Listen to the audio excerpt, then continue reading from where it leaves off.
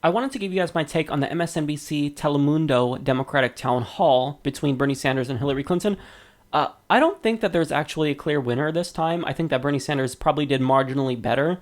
They were both challenged pretty hard, but the reason why I give the edge to Bernie Sanders this time is because Hillary Clinton she was asked some really devastating questions that she couldn't respond to, particularly the minimum wage question, and also her speeches to Goldman Sachs, and the gay rights question. So I'll get to those, but first let me talk about Bernie Sanders. So some things that I like from Bernie Sanders, I like that when he talked about the gender gap, he actually brought up racial disparities between women. So African American and Latino women actually have a lot wider gap between men, and this was a great thing for him to mention. Now, he was also asked about minimum wage and how he would ensure that the cost of raising minimum wage wouldn't be passed on to consumers, and he kind of circled around the question, but thankfully he ended up answering it. I thought it looked like a dodge at first, which bugged me because, you don't want to ever see Bernie Sanders dodging a question because he has the right answer to these questions.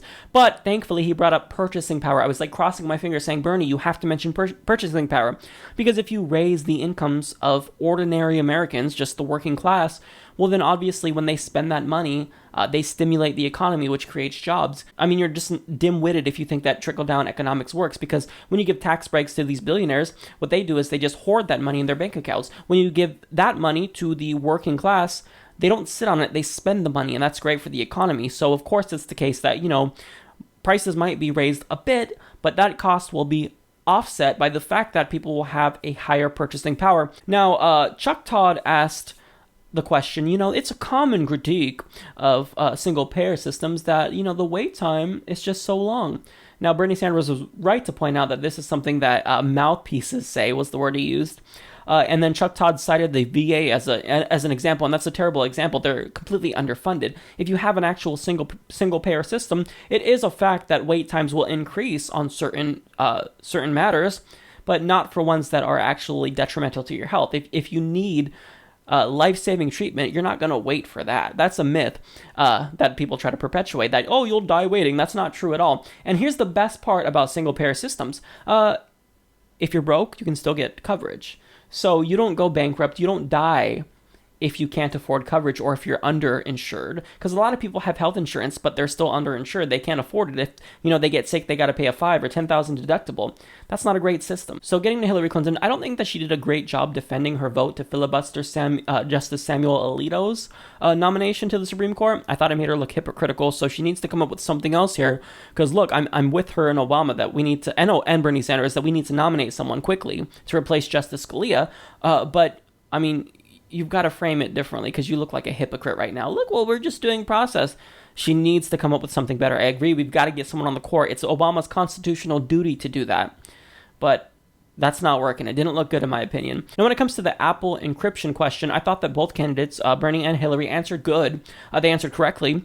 But Hillary said that, it's really a balance between civil liberties and government overstep. But she is someone who voted for the Patriot Act, and I believe she voted for the Patriot Act's reauthorization as well. So it's not so complex to her. It's pretty black and white because she wants warrantless spying, and she hasn't defended herself. I think Bernie Sanders needs to push her on this. Why did you vote for the Patriot Act? Democrats don't like it. Why are you in support of something that your constituents disagree with? So that's one thing that needs to be brought up. Now, another thing that bugged me from the moderators is that when it comes to the question, they said, well, Sanders attacked Bill Clinton. They said this to Hillary Clinton, but I reject the premise of the question because Bernie Sanders was responding to an attack that Bill Clinton launched against him. So that's not an attack. See, if you're responding and saying that his comments were bad, that when he attacked you, how is that an attack? Now, Hillary made the comment saying that Bernie Sanders isn't really a Democrat. He just chose to become a Democrat to run.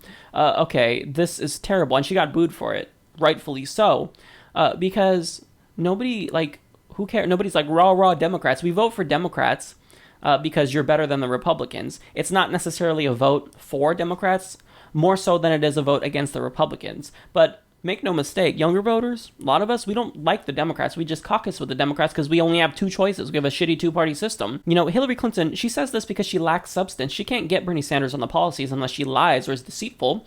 So she has to say, well, look, he's not a real Democrat. We don't care. We're not, politics isn't like sports. Like, we don't just root for our team no matter what. I would vote for a Republican who agreed with Bernie Sanders. It's not about the R or the D. It's about the policy substance. Now, to bring that up shows that you're not substantive, Hillary Clinton. So I think that she needs to stop with this line of attack because it's just not helping her at all. So there's a couple of parts of the town hall where I thought that Hillary Clinton looked pretty bad, and which is why I thought Bernie Sanders performed better than her. So when it comes to why she opposed driver cards for undocumented immigrants in 2007, she looked bad. She dodged a question. When it comes to, immigration, I thought she looked bad. So you'll see in the headlines from the biased media that Hillary Clinton promises immigration in the first 100 days, when in actuality, if you watch the town hall, they had to twist her arm. But what do you do? Do you say no? No, I'm not going to get to that in the first 100 days. Of course you don't say that. If you're a politician, you're going to be like, yeah, I'm strong on this topic. Now, that's working in her favor, so whatever. But I don't believe her. I don't believe that she's going to get to that in her first 100 days because of the way they worded the question and how she was basically pushed into a corner and had to answer yes. Now, when it comes to her wanting to reject Central American children, basically refugees, she gave a terrible answer again. She did this at the PBS debate, and she didn't defend herself well, and she didn't do that here as well. She's basically trying to wrap her immoral position in this fake care about, these immigrants, these poor children, I don't want them to be abused by these smugglers. But, we know that that's incredibly disingenuous. Now, the worst part for Hillary of the night, two things for me: gay rights and Goldman Sachs.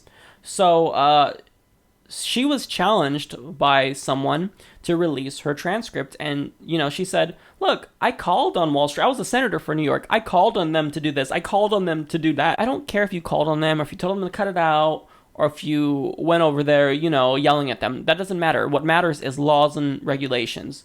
Calling on them to do something or telling them to cut it out, that does nothing. They're not going to listen to you, Hillary. So I find it a little bit condescending that you think we're that dumb to think that that's sufficient, because it's not at all. She also said that she'd go further than Bernie on Wall Street reform.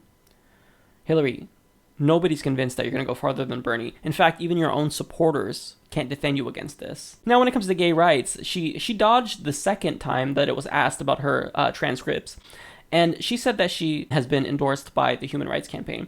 Okay, this is incredibly infuriating to me because she fought against our rights. And let me tell you this, Hillary Clinton, the Human Rights Campaign is not the ambassador to all gay people. We don't care about the Human Rights Campaign. I don't like them as an organization. I think that they're extremely disingenuous, and I think that their board of directors is looking out for themselves and not their members. So you don't get to take that endorsement as an endorsement from the entire gay community. There's a lot of us that really disagree with you and don't like you because you fought against our rights. Before I was even old enough to vote, you decided that, I shouldn't have the right to marry the person that I love. So I think that's extremely wrong. So you don't get to use that endorsement to your favor. The reason why you were endorsed by the Human Rights Campaign is because the president, Chad Griffin, worked for your husband. He ran fundraisers for you. You guys are in bed together. You're greasing each other's palms. And let me just ask you this, Hillary Clinton. Would you still support my right to marry if it were the case that public opinion polls didn't change? Would you? I'm just curious. I just want to know. Didn't think so. Now, one last thing I'll get to, the minimum wage. She did not look good here as well because she was asked whether or not she would support the minimum wage, and in just the most beautiful dodge I've ever seen, she reworded the question to something else, and then she said, I would absolutely support that. Now, effectively, her answer is no, but that is just one of the most beautiful dodges I've ever seen. She did the same thing when it comes to reparations. She was asked whether or not she'd support reparations, and she said something completely different. Well, I would support, empowering these communities and, helping them in this regard. So yeah, I'd absolutely support that. So she does that to make it seem as though she was supporting what she was initially asked about, when really she's proposing something entirely different and saying she supports that. Now, when it comes to reparations, when she did this, nobody questions her now. Everybody's questioning Bernie Sanders on it, even though they both have the same exact stance. But for her, she's getting away scot-free because she did that beautiful dodge. I mean, kudos to Hillary Clinton. You're a true politician right there to do a dodge that artful. I mean, my hat goes off to you, man. Beautiful. So anyways, that is my take on the Democratic Town Hall. Nothing too exciting. I'd say Bernie Sanders had the edge, but nothing that, is going to blow him out of the water. So that's my thoughts. Let me know what you guys think. Thanks for watching the Humanist Report. Don't forget to subscribe and check us out at humanistreport.com.